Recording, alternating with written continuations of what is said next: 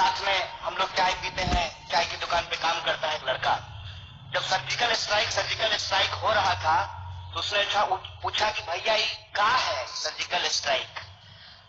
तो हम बोले कि इसको समझाएं क्या, ये सर्जिकल स्ट्राइक तो बड़ा भारी भरकम टर्म है अंग्रेजी का, इसको समझाएं कैसे। हमने कहा कि छुपा छुपी खेले हो। बोला हाँ, तो पीछे से जाकर के जो थप्पा बोल देते हैं ना वही सर्जिकल स्ट्राइक है। तो ये थप्पा आप बोलिए कोई दिक्कत नहीं है, आतंकवाद के खिलाफ है। बाबा जी ने कहा तो हम सब कुछ के खिलाफ थप्पा बोलते रहते हैं, सर्जिकल स्ट्राइक करते रहते हैं। लेकिन दिक्कत यह है कि जो विषय पे हम लोगों को बोलने के लिए बुलाया गया है कि क्या सभी समस्याओं का समाधान सर्जिकल स्ट्राइक है, क्या वो जादू की छड़ी है, अलादीन का चिराग है? मैं समझता हूं कि नहीं है। क्यों नहीं है? क्योंकि मेरा मानना है, हो सकता है कि मैं गलत हूं, कि गरीबी से आतंकवाद है, आतंकवाद से गरीबी नहीं है। बेरोजगारी से आतंकवाद है, आतंकवाद से बेरोजगारी नहीं है। अगर सर्जिकल स्ट्राइक करना चाहिए आतंकवाद के खिलाफ तो मैं समझता हूं कि सर्जिकल स्ट्राइक करना चाहिए गरीबी के खिलाफ भी और बेरोजगारी के खिलाफ भी। अगर इसके खिलाफ हम सर्जिकल स्ट्राइक नहीं करते हैं तो हम ठीक समझते हैं कि हम जो भी हैं हमारा स्ट्राइकर इधर उधर चला जाएगा। और ये स्ट्राइकर इधर उधर इसलिए चला जाता है कि हम ब्रांडिंग ज्यादा करते हैं, काम कम करते हैं। साहब कह रहे थे अभी बाबा जी की, मैं इंटरनेशनल भिखारी हूं, आप इंटरनेशनल व्यापारी हैं, और आपने जो है क्या बढ़िया से स्वदेशी की ब्रांडिंग की है।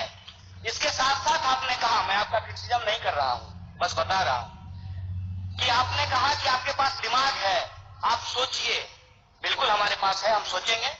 फिर आपके कहने पे पतंजलि का मंजन क्यों इस्तेमाल करेंगे? अपने दिमाग से सोच के करेंगे। कुल मिला के मैं कहना क्या चाहता हूं, मैं ये कहना चाहता हूं कि आधा सच जो ये लोग यहां बता करके गए हैं उस पर अगर हम अपने दिमाग से सोचें तो क्या पाते हैं। सर्जिकल स्ट्राइक किया गया आतंकवाद के खिलाफ, नतीजा क्या है?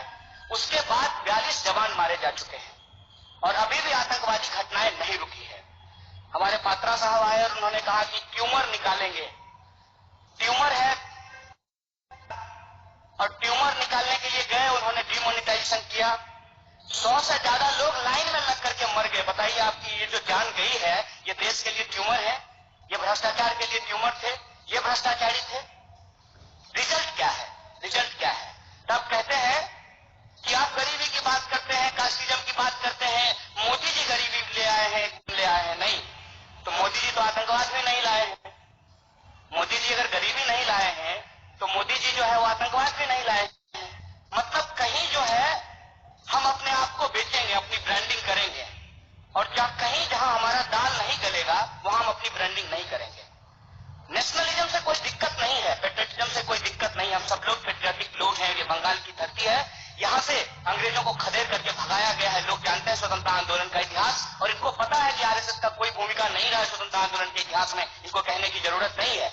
लेकिन जब आप ब्रांडिंग कर रहे हैं हम आपसे पूछते हैं कि नेशन के लिए, नेशनल इंटरेस्ट के लिए सबसे बड़ा क्वेश्चन क्या है?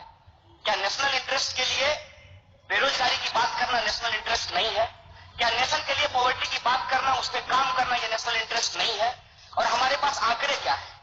आतंकवाद सर्जिकल स्ट्राइक के बाद नहीं बंद हुआ। आपने किया, नहीं किया, कितना सही किया, कितना गलत किया, उसमें हम नहीं जाना चाहते। रिजल्ट क्या है? उसके बाद आपने डिमोनेटाइजेशन किया, उसका रिजल्ट क्या है?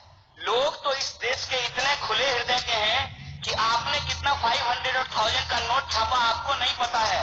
जितना छापा उससे ज्यादा लोगों ने बैंक में जमा कर दिया। तो ब्लैक मनी कहां गया? ब्लैक मनी कहां गया?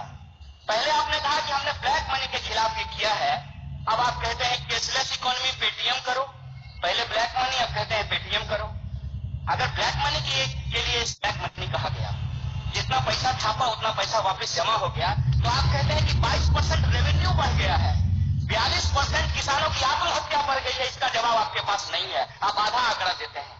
22% रेवेन्यू बढ़ा है, 42% फार्मर सुसाइड का रेट बढ़ गया है, ये आंकड़ा आपके पास नहीं है। आप कहते हैं डिमोनेटाइजेशन करने के बाद रोजगार बढ़ेगी, आपका आंकड़ा कहता है कि 20 लाख लोगों की रोजगार चली गई है। और एक साल में 2 करोड़ रोजगार पैदा करने का वादा